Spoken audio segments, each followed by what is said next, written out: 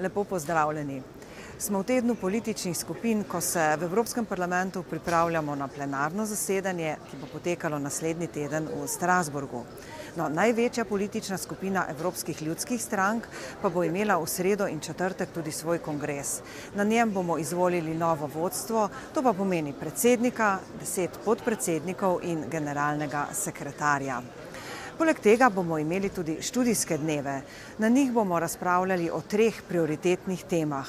Tokrat smo izbrali finančno-gospodarsko krizo, integracijo novih držav članic ter podnebne spremembe. Prav na razpravi o podnebnih spremembah bom nastopila tudi s svojim referatom, kjer bom predstavila stališča odbora ITRE, torej stališča s področji industrije, raziskav in energetike.